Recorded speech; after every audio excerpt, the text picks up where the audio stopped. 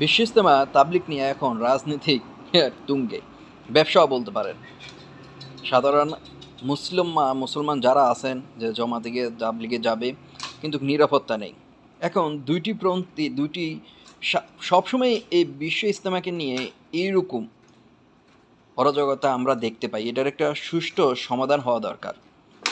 যেমন সাদপন্থী একটা আর একটা জুবাইরপন্থী একটা।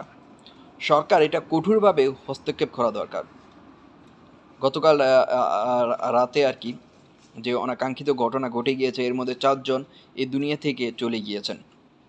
টঙ্গিপাড়া বিশ্ব ইজতেমার কথাই বলছি, যেটা নিয়ে এখন সারা বাংলাদেশে আলোচনা সমালোচনা চলছে। মুসলমান কি সব আমরা সকলে জানি মুসলমানের ভাই, কিন্তু একজন আরেকজনকে এই ধরনের কাজ করবে সেটা কোনোভাবেই মেনে নেওয়া যায় না আর কি। তো